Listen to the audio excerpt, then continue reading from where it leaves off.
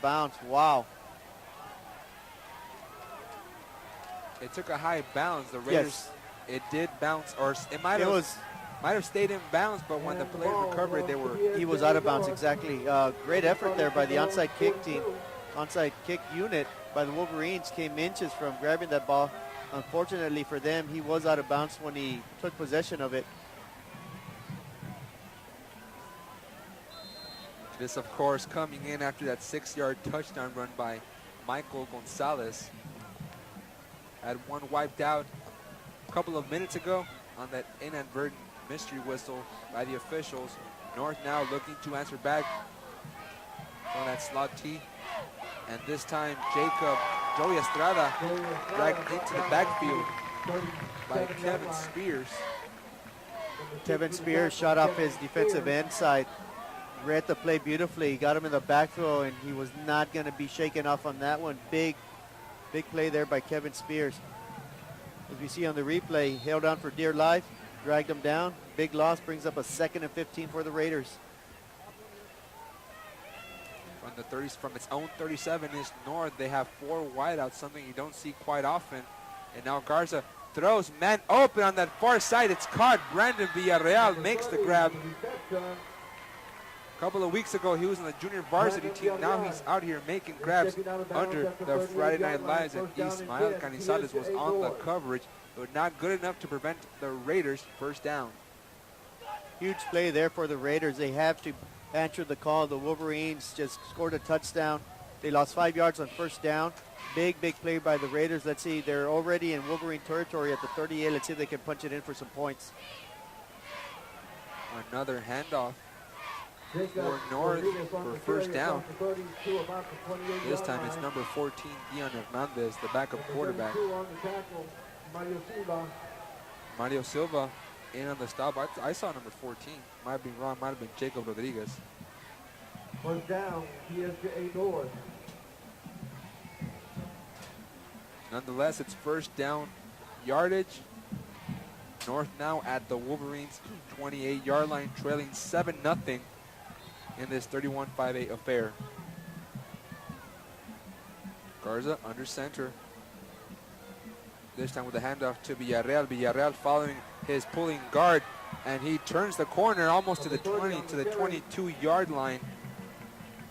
Yeah, very patient running there by Villarreal, waiting, anticipating the block. Finally was able to turn the corner and picks up a good 6 yards on that play. Very nice run, very patient run there by the fine running back of the PSJA North Raiders.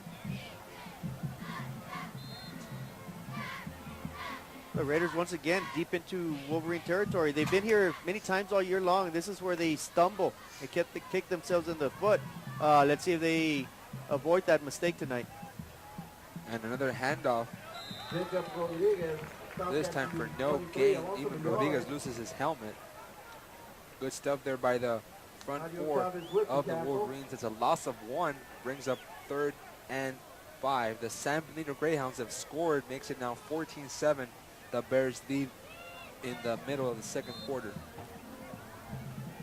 Right now we're kind of pushing for the Bears to get. It will be fun to call a playoff game here at home for the Bears. It will, something they haven't achieved in quite some time, and it will be good for the district. Right now, 3rd and 5. Villarreal makes a nice move all the way to the 20, to the 17-yard line. Yeah, Villarreal with that last little burst cutting straight up the middle may have been enough to pick up the first down. It'll be very close, and yes, the referee signaling first down. The chain crew moving the ball, moving the chains. The Raiders will be at the 23-yard line, 1st and 10. On the 17 is North. They break the huddle. Eric Lopez, the lone wideout to the left side. And he's going to look for Lopez. Pass is caught, but wrapped up immediately at the 12-yard line against Ismael Canizales. So was number 12 on 12 prime there. A nice little wrinkle there by North. We don't see much of a passing game from them the entire year, but here in a clutch situation, they pick up 7 strong yards, brings up a 2nd and 3 right at the 10-yard line. And this is the best offensive formation for the Raiders. I was trying to wonder why exactly that is, but Coach Flores and all the other district coaches informed me that when you don't have the players with big size, this is the most they can pull from the players. This is the most advantageous offense. As Jose Ramirez made the play, I'm sorry, on defense. But this offense they have here, the wing T, the slot T formation, it gives that chance and opens up a little bit of misdirection. So when you have quick, undersized players, you don't really know which one is going to get the ball. And that's the key. It's a misdirection. You want the team to be aggressive, overflow, and then cut it back against the grain. Hand off for Rodriguez. He's plowing for those 2 yards he needs on 3rd and 2. He gets them all the way to the 5 with 1:12 left. Terrence Porter made the tackle. Raiders trying to add a score here before the half expires. They have all 3 of their timeouts left. They got plenty of time. They got 1:09. They're at the 5, 1st and goal. That was their 4th first down of the drive. Clock ticking. And now we have perhaps encroachment. Offsides on defense. It should be on the defense unless a Raider flinched and it was a false start. But no, they're walking it off backwards. Okay, now they're walking it off the other way. It'll be half the distance to the goal, and one of the Wolverines linebackers got a bit too angsty there. That's one thing they practice during the week is snap counting for the defense. Kind of like Troy Polamalu does it, but this time it backfired. He touched one of the Raiders players, and it was a 3-yard infraction. Clock ticking now, 56 seconds left with the Raiders trailing by 7. Garza with the give to Jacob Rodriguez, and Rodriguez goes nowhere. The ball is loose, but it hit the ground before. And now a clock is stopped with 42.1 seconds left. Yeah, the Raiders on that play tried to string it around the left tackle. They've had much more success right up the gut, but knowing full well that the Wolverines are sacking the line of scrimmage inside the 5-yard line, they elect to go out. They don't get much yardage. Forced to call a timeout with 42 seconds left to go in the first half. The Raiders find themselves down 7-0, but this is probably the best drive that we've seen, the best series offensively for us. We've seen all year long. Very impressive. They've stayed within themselves. They even completed a pass. So everything firing on all the cylinders for the Raiders right now.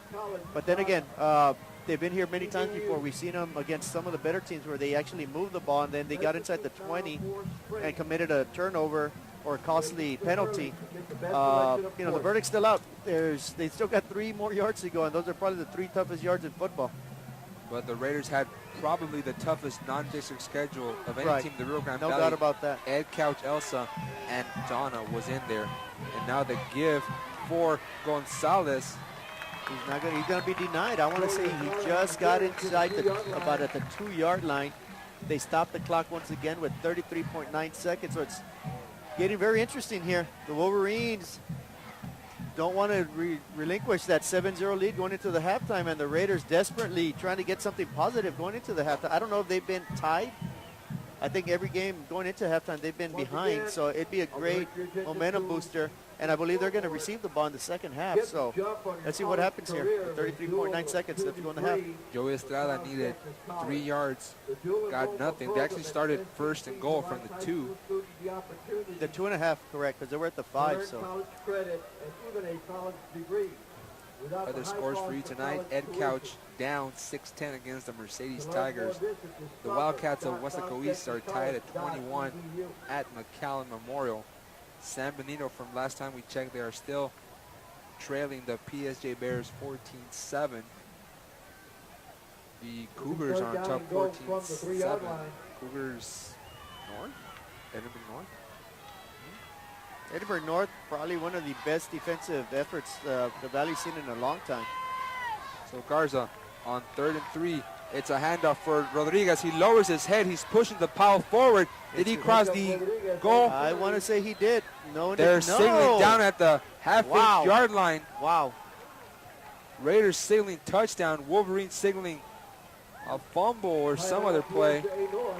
Helmets flying, and it's They called a timeout, I believe. The Raiders, exhaust their last time out of the half, which makes it very interesting. It's 4th down.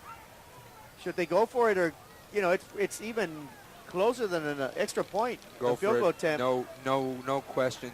0-7 on the season. You have to go for it. 0-8, so they lost one right now. 0-8. 0-6 in District 31, 5-8, 0-8. You have to get some kind of momentum, get the program excited, not just the coaching staff, get the boosters, get the athletic director, get these players with some positive attitude about the program heading into next year. So if you go for it and still don't convert it, you have to get, the Wolverines have to get out of the shadow of their own end zone. So if you don't convert, you still get that opportunity to possibly get a safety. But as we stand right now, the Raiders on 4th and inches, and Garza's going to take it himself. He's pushing the pile forward. Wolverines signaling they stopped them.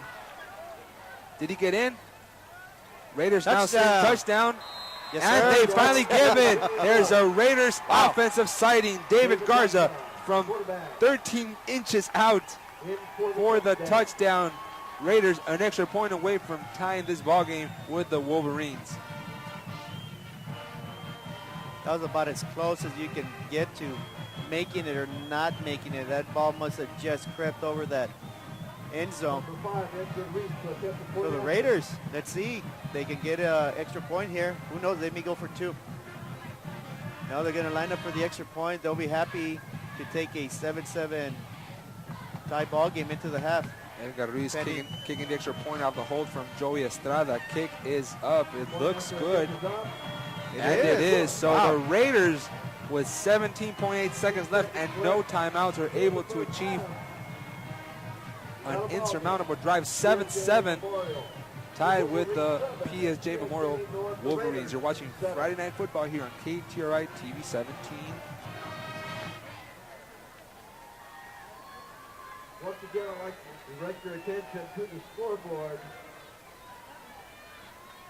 This bright young student from PSJA Memorial High School is Victoria Lomas, has currently earned 43 college hours, will graduate with an associate degree in interdisciplinary studies from SPC. She's ranked 7th in her graduating class, member of the Art Club and Drama Club, PSJ Memorial Windy, the Wolverine mascot, plans to attend the University of Texas at Austin and major in communication science and disorders. Congratulations, Victoria Loma.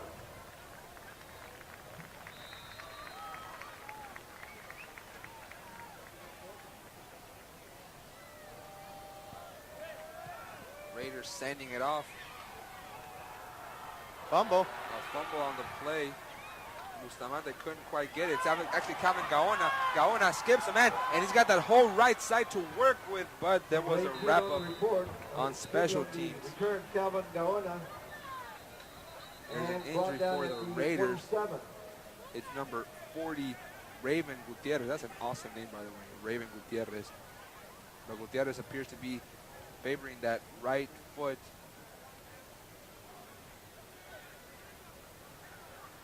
Gutierrez helped up by his coaching staff and also tight end, the defensive lineman, Kevin Trevino. I'd like to acknowledge Memorial with 2 timeouts left and 6 seconds left. I believe they'll just take. I would take a knee and be happy at halftime with a 7-7 tie and enjoy the halftime festivities as we have homecoming tonight for the Wolverines. We're going to have a new homecoming king, homecoming queen, the elusive homecoming queen. Let's see who wins it tonight. Forget the game. I'm worried about the halftime festivities. I want to see who the queen and king are. Do they have a royal jester or something like that? I don't know. I'd like to be a jester one day. So the Wolverines take a timeout. Clock hits triple zeros. First half in the books. The PSJ North Raiders and the PSJ Memorial Wolverines tied up at 7. Halftime is next. Enjoy the band and whatever little festivities they have here at homecoming. 28 seconds left, 28 minutes until we talk to you in the second half. It's just a piece of paper.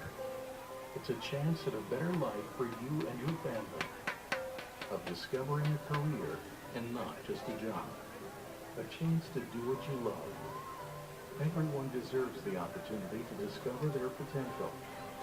We can help you get there. What would a degree from South Texas College mean to you? Maybe it's time you found out.